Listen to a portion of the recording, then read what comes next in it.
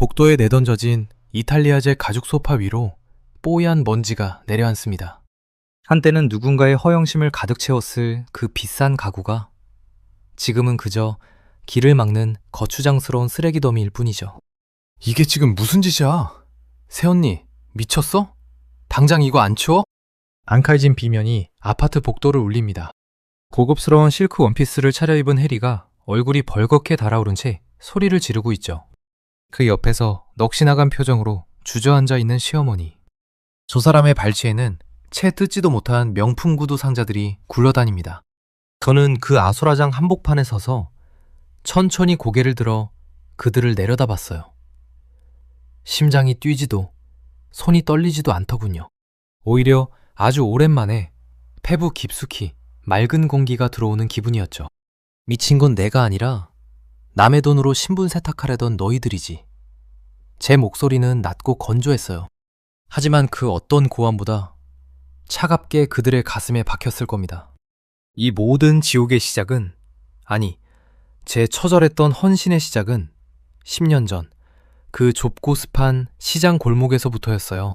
새벽 4시, 남들이 가장 깊은 잠에 빠져있을 시간. 저의 하루는 비릿한 생선 냄새와 눅눅한 기름 냄새 사이에서 시작됩니다. 정성반찬이라는 낡은 간판 아래서 저는 꼬박 15년을 버텼어요. 펄펄 끓는 솥앞에서 땀을 흘리고 나면 어느새 손가락 마디마디는 퉁퉁 부어오르고 손바닥은 굳은 살로 딱딱해지곤 했죠. 나물 하나를 묻혀도 손목이 시큰거렸고 멸치박스를 나르다 보면 허리가 끊어져질 듯한 통증이 밀려왔어요. 하지만 저는 멈출 수 없었습니다. 무능한 남편 민수 씨는 번번이 사업에 실패했고 제가 벌어오지 않으면 이 집안의 기둥은 그대로 무너질 판이었으니까요. 지윤아, 너는 어쩜 손재주가 이렇게 좋니? 네가 해준 밑반찬 덕분에 우리 해리 피부가 고와지는 것 같다. 시어머니는 제가 벌어오는 돈을 당연한 효도라 부르셨어요. 제가 시장 바닥에서 푼돈을 모아 민수 씨의 빚을 갚고 시누이 해리의 대학 등록금을 내줄 때마다 그들은 저를 우리 집 복덩이라며 추켜 세웠죠. 그때는 그게 진심인 줄 알았습니다. 제 몸에서 반찬 냄새를 풍기며 일할수록 우리 가족의 삶은 더 향기로워질 거라 믿었거든요. 하지만 사업이 번창하고 정성반찬 2호점까지 내며 자리를 잡자 그들의 태도는 미묘하게 변하기 시작했어요. 제 통장의 잔고는 사랑하면서 제 몸에 밴 땀 냄새는 경멸하기 시작한 겁니다. 아우, 새언니, 제발 집에 들어오면 옷부터 좀 갈아입어. 거실까지 생선 비린내 진동하는 거 몰라? 내 친구들이라도 오면 어떡하려고 그래. 해리는 코를 찡그리며 제 방으로 쏙 들어가 버렸어요. 남편 민수 씨 또한 아내의 수고를 알면서도 시댁 식구들 앞에서는 입을 꾹 다물었죠. 아니, 오히려 본인이 더 큰 소리를 치더군요. 지은아, 어머니 말씀 틀린 거 없잖니. 이제 사장 소리도 듣는데 품위 좀 지켜. 언제까지 시장 장사꾼티 낼 거야? 그들의 품위는 제가 번 돈으로 산 명품 가방과 외제차에서 나왔습니다. 정작 그 품위를 유지하기 위해 제가 얼마나 많은 새벽을 하얗게 지새웠는지는 그들에게 전혀 중요하지 않았어요. 그러던 어느 날 해리가 결혼을 발표했습니다. 상대는 중견기업 가업 승계를 앞둔 유망주 정우 씨였어요. 시댁은 발칵 뒤집혔죠. 개천에서 용났다며 축제 분위기였습니다. 하지만 곧바로 현실적인 문제가 닥치더군요. 지윤아, 알다시피 상대 집안이 보통이 아니잖니. 해리가 기죽어서 들어가면 되겠어? 요즘 강남 쪽 신혼집 전세가 장난이 아니라던데. 시어머니는 은근슬쩍 제 손을 맞잡으셨어요. 차가운 제 손과 달리 시어머니의 손은 너무나 따뜻하고 보들보들했습니다. 평생 고된 일이라곤 한 번도 안 해본 사람의 손이었죠. 민수가 그러는데 이번에 2호점 수익금 들어온 거 있다며? 그거 잠시만. 해리 신혼집 보증금으로 좀 보태주면 안 되겠니? 해리, 시댁에는 우리가 해준 거라고 말해뒀어. 너도 네 시누이가 잘 살아야 어깨 펴고 다니지 않겠어? 민수 씨는 옆에서 헛기침하며 신문만 뒤적이고 있었어요. 아내의 피땀 어린 돈을 동생의 결혼 자금으로 내놓으라는 말을 그는 너무나 쉽게 방관하고 있었던 겁니다. 저는 망설였어요. 2억 원. 그건 제가 15년 동안 새벽잠을 포기하며 고무장갑 속에 땀띠가 나도록 일해서 모은 제 전부였습니다. 하지만 시어머니의 간곡한 부탁과 하나뿐인 시누이가 좋은 곳으로 시집가서 행복하길 바라는 마음에 결국 고개를 끄덕이고 말았죠. 알겠어요, 어머니.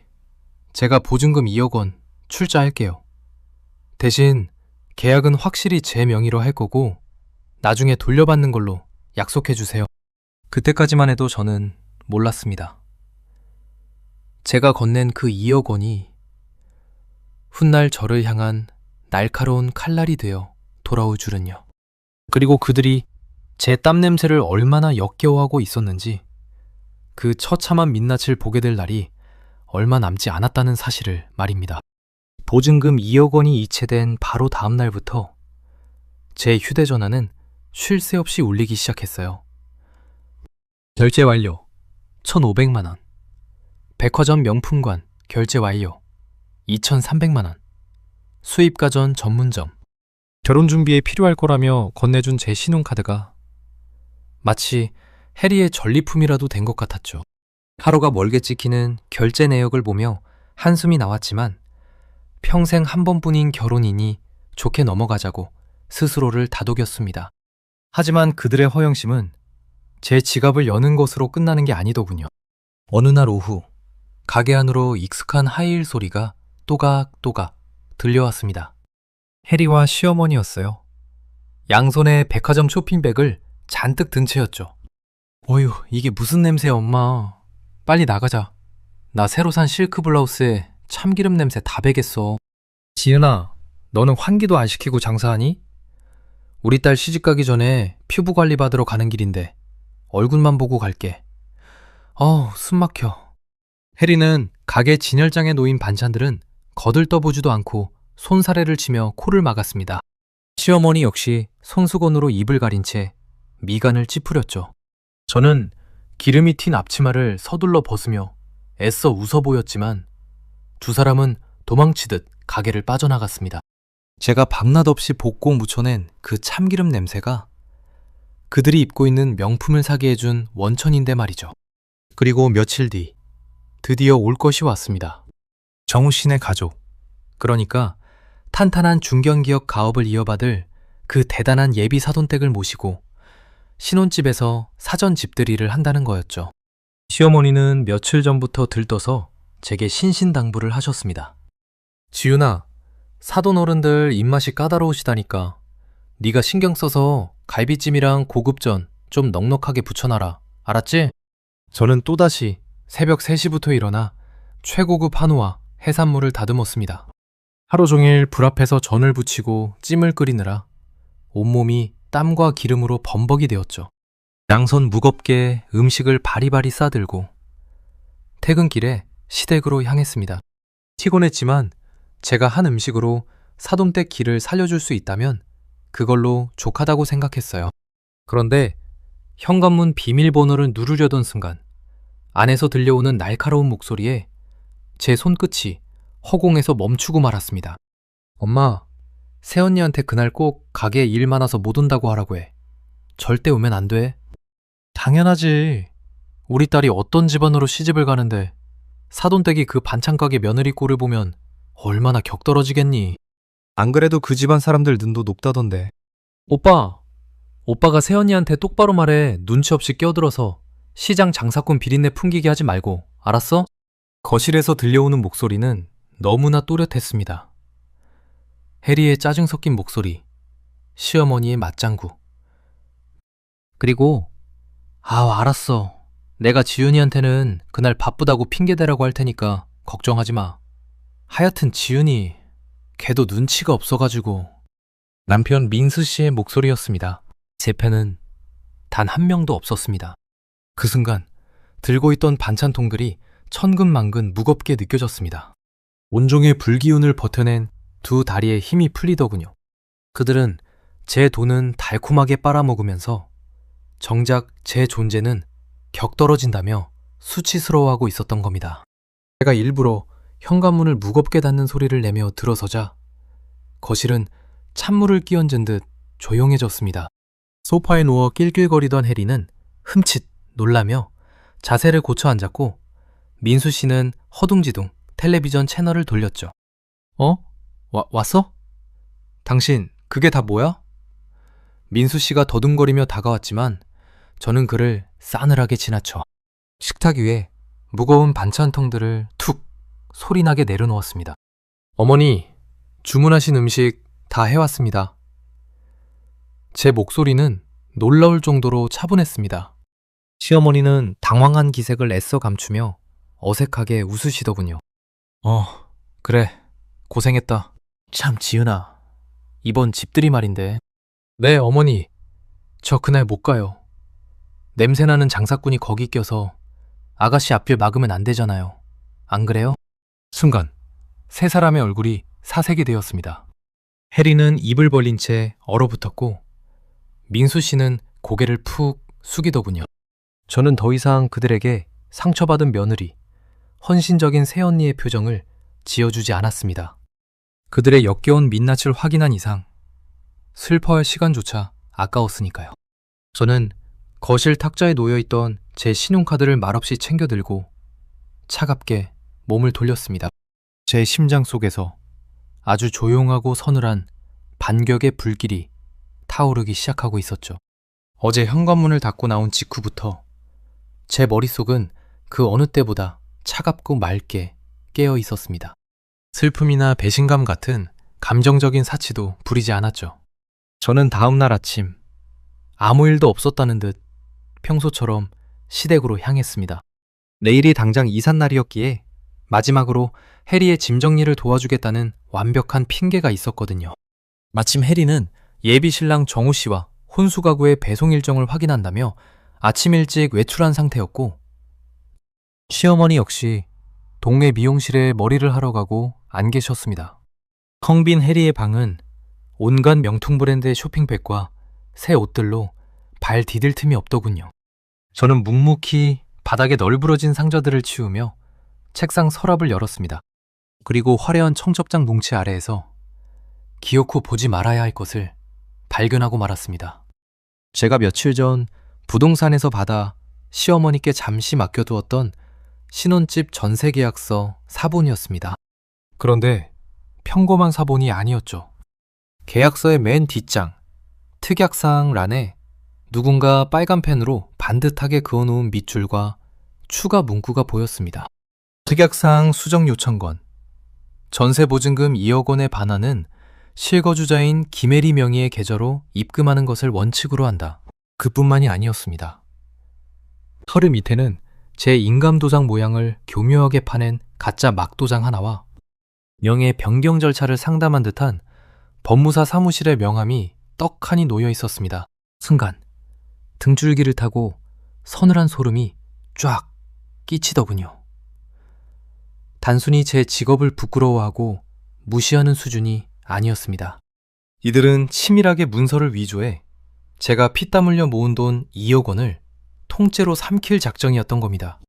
법적으로 자금의 출처가 저에게 있더라도 계약서의 특약이 저렇게 변경되어 버리면 나중에 돈을 돌려받기 위해 지루하고 고통스러운 법정 싸움을 해야 한다는 것을 그들은 아주 영악하게 노리고 있었죠.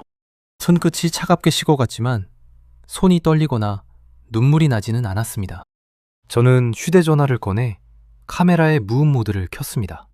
위조 정황이 담긴 서류들과 가짜 도장, 그리고 법무사 명함까지 단 하나의 흠집도 없이 선명하게 사진으로 남겼습니다. 그런 다음 제 명의로 된 원본 계약서 파일과 제 은행 계좌에서 집주인에게로 직접 송금되었던 2억 원의 이체 확인증을 클라우드에 이중으로 백업했습니다. 증거 수집은 단 10분 만에 끝났습니다. 저는 짐 정리를 하려고 꼈던 고무장갑을 미련 없이 쓰레기통에 던져버렸습니다. 그리고 그 길로 집을 나와 신혼집 계약을 진행했던 아파트 단지 앞 부동산으로 직행했습니다. 딸랑, 어머, 정성반찬 사장님, 내일이 당장 이사인데 이 시간엔 무슨 일로 오셨어요? 혹시 도어락 비밀번호 다시 확인하시려고요? 공인중개사 소장님이 사람 좋은 미소로 저를 맞이했습니다. 저는 자리에 앉지도 않은 채 테이블 위로 제 신분증과 클리어 파일에 담긴 원본 계약서, 그리고 2억 원의 이체 내역서를 차례대로 올려놓았습니다. 소장님의 시선이 서류와 제 얼굴을 번갈아 향했습니다. 소장님, 이 계약 지금 당장 파기해주세요. 아니 사장님, 내일 아침이 당장 이사고 이미 잔금까지 다 치르셨는데 지금 파기하시면 위약금이 얼마인지 아시잖아요. 위약금만 최소 2천만 원이 넘어가요. 집에 무슨 치명적인 하자라도. 하자는 집에 있는 게 아니라 저 집에 들어갈 사람에게 있습니다. 저는 흔들림 없는 건조한 눈으로 소장님을 똑바로 쳐다보며 말을 이었습니다. 위약금 2천만 원, 아니 3천만 원을 떼어도 상관없습니다. 저는 자금의 실제 출연자이자 이 서류상의 명백한 명의자입니다. 제 합법적 권리로 이 계약을 지금 당장 일방 해지할 겁니다. 집주인분께 연락해서 오늘 내로 위약금 전액 제하고 남은 보증금 잔액, 이 이체 내역서에 적힌 제 명의의 계좌로 즉각 반환하라고 전해주세요. 제 목소리에는 그 어떤 감정적 동요도 묻어나지 않았습니다. 너무나 단호하고 서늘한 제 태도에 압도된 소장님은 꿀꺽 침을 삼키더니 서둘러 집주인에게 전화를 걸었습니다. 집주인 입장에서는 하루아침에 수천만 원의 위약금 수익이 생기는 셈이니 굳이 제 해지 요청을 거절할 이유가 전혀 없었죠. 전화 한 통으로 모든 해지 절차가 끝나는 데는 채 30분도 걸리지 않았습니다. 집주인 쪽에서 방금 기존 도어락 비밀번호를 초기화시켰다고 연락 왔습니다. 사장님 계좌로 보증금 잔액도 입금될 거고요. 이제 저 아파트는 사장님과 법적으로 완벽하게 남남입니다. 소장님의 말이 끝나기가 무섭게 제 휴대전화가 진동했습니다. 위약금이 공제된 보증금이 정확히 제 계좌로 꽂혔음을 알리는 알림이었습니다. 감사합니다, 소장님. 저는 서류를 챙겨 들고 부동산 문을 나섰습니다. 밖으로 나오자 눈이 부실 만큼 쨍한 오후의 햇살이 제 위로 쏟아졌습니다. 길 건너편에는 해리가 그토록 원했던 으리으리한 신축 아파트가 오만하게 우뚝 서 있었죠. 내일 아침 한껏 치장한 채 저 아파트 현관문 비밀번호를 누르려던 그 허영심 가득한 얼굴들이 어떻게 일그러질지. 저는 가볍게 콧노래를 흥얼거리며 발걸음을 옮겼습니다. 진짜 사이다는 이제 막 뚜껑을 열었을 뿐이니까요. 대망의 이삿날 아침, 구름 한 점 없이 맑은 하늘 아래 프리미엄 포장이사 트럭이 신축 아파트 단지 입구로 미끄러져 들어왔습니다. 아유, 사돈어른, 저희 해리가 인테리어에 신경을 좀 많이 썼습니다. 들어가서 차부터 한잔 하시지요. 한껏 부풀린 머리에 진주 목걸이를 두른 시어머니가 정우 씨네 부모님을 향해 우아하게 손짓을 하셨습니다. 그 옆에는 새로 산 수입 실크 원피스를 뽐내며 꼿꼿하게 선 해리가 마치 이 거대한 성의 여왕이라도 된 양 거만한 미소를 짓고 있었죠. 인부들이 끙끙거리며 이탈리아제 고급 가죽 소파를 대리석 복도에 내려놓는 동안 해리는 자신만만하게 도어락 덮개를 올렸습니다. 삐삐삐삐 띠로리. 비밀번호가 일치하지 않습니다. 내가 어제 급하게 바꾸느라 헷갈렸나? 해리는 당황한 기색을 숨기며 다시 번호를 꾹꾹 눌렀지만 차가운 오류음만 반복될 뿐이었습니다. 정우 씨와 예비 시부모님의 표정에 서서히 의아함이 피어오르던 바로 그때 철컥 하고 안에서 문이 열렸습니다. 문고리를 잡고 선 사람은 해리가 아니라 낯선 청소업체 유니폼을 입은 직원이었습니다. 누구세요? 남의 집에 왜 들어가 있어요? 해리의 날카로운 비명에 청소 직원이 오히려 황당하다는 듯 눈을 동그랗게 떴습니다. 남의 집이라뇨? 여기 어제 저녁에 전세 계약 해지돼서 오늘 오후에 새 세입자 들어오기로 한 집입니다. 지금 입주 청소 중인데요. 뭐라고요? 계약이 해지되다니. 그게 무슨 개소리야? 시어머니가 사돈댁이 보는 앞이라는 사실도 잊은 채 고래고래 소리를 질렀습니다. 복도는 순식간에 혼란의 도가니로 변했습니다. 당황한 인부들은 소파를 바닥에 내려놓은 채 웅성거렸고 정우 씨는 굳은 얼굴로 해리를 추궁하기 시작했죠. 바로 그 순간 경쾌한 알림음과 함께 엘리베이터 문이 열렸습니다. 저는 반찬 냄새나는 앞치마 대신 각이 딱 떨어지는 베이지색 정장을 입고 서늘한 복도에 발을 내디뎠습니다. 제 손에는 묵직한 서류 봉투 하나가 들려 있었죠. 새언니, 이게 다 어떻게 된 거야? 언니가 계약 잘못한 거 아니야? 빨리 와서 이거 해결해. 저를 발견한 해리가 구겨진 체면을 만회하려는 듯 신경질적으로 삿대질을 해댔습니다. 하지만 저는 해리의 비명에 눈길 한번 주지 않은 채 뚜벅뚜벅 걸어가 정우 씨와 예비 시부모님 앞에 꼿꼿하게 섰습니다. 그리고 가볍게 목례를 올렸죠. 처음 뵙겠습니다. 말씀 많이 들었습니다. 저는 해리. 아니, 이 집 전세자금 2억 원의 실제 명의자이자 15년차 정성반찬 사장 윤지윤입니다. 형수님? 이게 지금 다 무슨 상황입니까? 정우 씨의 미간이 깊게 패였습니다. 저는 들고 있던 서류 봉투의 끈을 천천히 풀며 입가에 차가운 미소를 띄었습니다. 정우 씨, 결론부터 말씀드리죠. 이 집 계약, 제가 어제 위약금 3천만 원 떼이고 일방적으로 파기했습니다. 보증금 잔액은 이미 제 통장으로 전액 회수했고요. 새언니, 미쳤어? 그 돈이 어떤 돈인데 언니 맘대로 파기를 해. 내 결혼 망칠 일 있어? 해리가 제 팔목을 거칠게 낚아챘지만 저는 가볍게 그 손을 쳐냈습니다. 어머니, 그리고 해리, 너. 제 서늘한 반말에 두 사람의 숨이 턱 막히는 소리가 복도를 울렸습니다. 디린내 나는 장사꾼 돈은 탐나면서 그 돈 번 사람은 격 떨어져서 상견례에 부르기 부끄러웠니? 그래서 문턱도 못 넘게 하더니 뒤에서는 내 명의로 된 보증금을 네 이름으로 몰래 빼돌리려고 법무사까지 알아봤더라? 저는 봉투에서 해리의 방에서 찍어둔 사문서 위조 미수 정황의 컬러 인쇄본과 가짜 도장 사진, 그리고 2억 원의 송금 내역이 명시된 은행의 공식 확인서를 꺼내 정우 씨의 손에 쥐어주었습니다. 형수님, 이 서류 제가 봐도 되겠습니까? 서류를 건네받은 정우 씨의 눈동자가 빠르게 종이 위를 훑었습니다. 이내 그의 얼굴에서 실핏줄이 터질 듯 차가운 분노가 번지기 시작했죠. 아니야 정우 씨. 이거 다 새언니가 우리 집안 질투해서 꾸며낸. 해리가 사색이 되어 정우 씨의 팔에 매달렸지만 그는 벌레라도 닿은 듯 거칠게 팔을 뿌리쳤습니다. 해리 씨, 아니 김해리, 당신이 콧대 높이던 그 혼수, 가구, 그리고 이 2억 원짜리 집 단 1원도 당신 돈으로 한 게 없었습니까? 심지어 피땀 흘려 돈 내준 가족의 뒤통수를 치고 범죄까지 저지르려 했다고요? 정우 씨의 아버지가 혀를 끌잡고 어머니는 구역질이 난다는 듯 고개를 돌렸습니다. 근본 없는 집안이랑은 더 이상 엮일 일 없겠구나. 가자. 사돈 어른의 얼음장 같은 한마디가 떨어지자 정우 씨는 혐오감으로 일그러진 눈으로 해리를 내려다보았습니다. 파혼합시다. 당신같이 허영심과 기만으로 뭉친 사람, 우리 집안에 단 한 발짝도 들일 수 없습니다.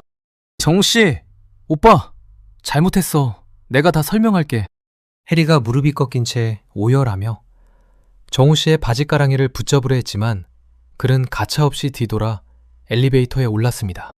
굳게 닫히는 엘리베이터 문 사이로 실크 원피스가 구겨진 채 대리석 바닥에 나뒹구는 해리와 호흡곤란이 온 듯 가슴을 부여잡은 시어머니의 처참한 몰락이 완벽하게 전시되고 있었습니다. 저는 그들에게 남은 미련 한 톨조차 없다는 듯 쓰레기 더미 같은 고급 가구들을 차갑게 밟고 지나쳐 비상구 계단으로 향했습니다. 통쾌한 바람이 제 등 뒤로 매섭게 불어오고 있었습니다. 비상구 계단을 내려오는 제구두 발소리가 그 어느 때보다 경쾌하게 아파트 복도에 울려 퍼졌습니다. 등 뒤로 엘리베이터 문이 닫히며 해리의 오열이 완전히 차단되는 순간 저는 후련하게 폐부 가득 숨을 들이마셨습니다. 제 피땀으로 쌓아 올렸던 썩은 동아줄을 제 손으로 완벽하게 끊어낸 참으로 눈부신 아침이었습니다. 그렇게 폭풍 같던 이삿날의 소동으로부터 정확히 한 달이라는 시간이 흘렀습니다. 사장님, 여기 백화점 팝업 스토어 입점 계약서 최종본 나왔습니다. 도장 찍어주시면 바로 내일부터 매장 인테리어 들어간대요. 가게 직원의 밝은 목소리에 저는 인주를 꾹 눌러 계약서에 도장을 찍었습니다. 제 이름 석자가 당당하게 박힌 서류를 보니 입가에 절로 미소가 번지더군요. 제게 기생하던 거머리들을 떼어낸 후 정성반찬은 날개를 단 듯 승승장구했습니다. 그동안 시댁에 쏟아부었던 돈과 에너지를 오롯이 제 사업에 집중하자 지역 내 알짜배기를 넘어 대형 백화점의 러브콜까지 받는 브랜드로 성장한 겁니다. 남편 민수 씨는 어떻게 되었냐고요? 사건 당일 저녁, 저는 그 사람에게도 이혼 서류를 던져주었습니다. 15년간 제 피를 빨아먹은 가족들의 만행을 묵인한 대가로 그 사람 역시 빈몸으로 쫓겨나 좁은 고시원을 전전하고 있다는 소식만 건너들었죠. 반면 찬란한 신분 상승을 꿈꿨던 해리의 삶은 바닥을 모르고 곤두박질 쳤었습니다. 제가 회수해간 보증금 때문에 길거리에 나앉은 것은 시작에 불과했습니다. 파혼 직후 정우 씨네 집안에서는 위자료 청구 소송을 걸어왔고 해리가 제 카드로 무이자 할부 한도를 꽉 채워 긁어댔던 명품 가방과 혼수 가전들의 청구서가 눈덩이처럼 불어나 시어머니와 해리의 목을 조였습니다. 결국 두 사람은 살고 있던 본가마저 처분해 빚잔치를 하고도 모자라 보증금 한 푼 없는 변두리 반지하 단칸방으로 쫓겨나듯 숨어들었다고 하더군요. 그렇게 남보다 못한 사이로 영영 끝날 줄 알았습니다. 그날 오후 가게 뒷문으로 누군가 쭈뼛거리며 찾아오기 전까지는 말입니다. 새언니.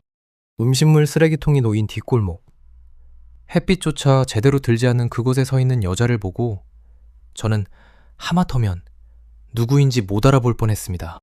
윤기가 흐르던 실크 원피스와 명품 구두는 온데간데 없고 보풀이 잔뜩 일어난 칙칙한 티셔츠에 굽이 다다른 슬리퍼를 질질 끌고 있는 모습. 얼굴은 핏기 하나 없이 푸석했고 고급 살롱에서 관리받던 머릿결은 엉망으로 엉켜 있었습니다. 해리였습니다. 너 여기가 어기라고 찾아와? 제 서늘한 목소리에 해리는 어깨를 움찔하더니 이내 왈칵 눈물을 쏟아내며 제 발끝에 무너지듯 주저앉았습니다. 언니, 내가 잘못했어. 내가 정말 미쳤었나 봐. 엄마는 화병 나서 누워 계시고 카드사에서는 매일 압류 들어온다고 독촉 전화 오고 나 진짜 죽을 것 같아. 한 번만, 진짜 딱 한 번만 도와주면 안 돼? 오빠한테 이혼만은. 과거의 저였다면 그 구질구질한 눈물에 또 한 번 마음이 흔들렸을지도 모릅니다.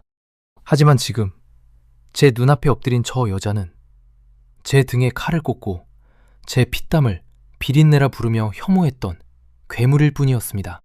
저는 미동도 하지 않은 채 차가운 눈으로 그녀의 정수리를 내려다보았습니다.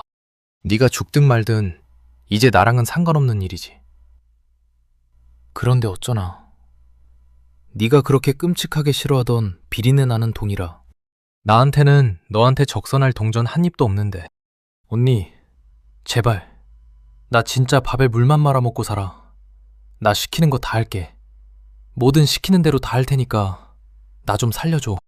바닥에 이마를 비비며 오열하는 해리를 가만히 지켜보던 저는 옆에 놓여있던 빨간 고무장갑 한 켤레를 집어들었습니다. 그리고 그녀의 흙먼지 묻은 슬리퍼 위로 무심하게 툭 던졌습니다. 뭐든 하겠다고? 그래, 마침 오늘 주방에 일손이 좀 부족했는데 잘 됐네. 해리가 눈물 범벅이 된 얼굴을 들어올리며 멍한 표정으로 고무장갑을 바라보았습니다. 저는 그런 그녀를 향해 한자 한자 똑박또박 못을 박았습니다. 최저시급 9,860원. 정확하게 분단위로 쳐서 일당으로 줄 테니까 당장 저 구석에 가서 대파 100단부터 까. 네가 긁어댄 그 명품 가방값 평생 대파 까서 갚으려면 오늘부터 밤새워야 할 거다. 언니, 나보고 이런 냄새나는 일을 하라고? 아직도 현실 파악을 못한 듯 파르르 떨리는 그녀의 입술을 향해 저는 마지막 쐐기를 박았습니다. 왜? 격 떨어지는 장사꾼 밑에서는 일 못하겠어? 그럼 당장 꺼져. 제가 매몰차게 등을 돌려 주방으로 들어가려던 찰나였습니다. 할게 언니. 파 깔게. 뒤통수 너머로 바스락거리는 소리가 들려왔습니다. 한때서를 벌레 보듯 내려다보며 콧대를 높였던 해리.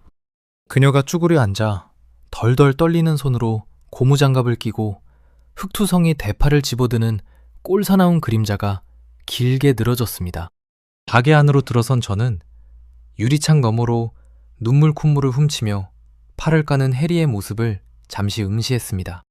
코끝을 찌르는 알싸한 파 냄새가 오늘따라 유독 상쾌하게 느껴졌습니다. 남의 돈으로 포장한 얄팍한 허영심의 끝은 결국 가장 낮고 습한 밑바닥이었습니다. 저는 가벼운 발걸음으로 주방을 향해 걸어갔습니다. 제 몸에 깊게 밴 이 정직한 땀 냄새가, 그리고 제가 만들어갈 앞으로의 진짜 내 인생이 무척이나 기대되는 눈부신 봄날의 오후였습니다.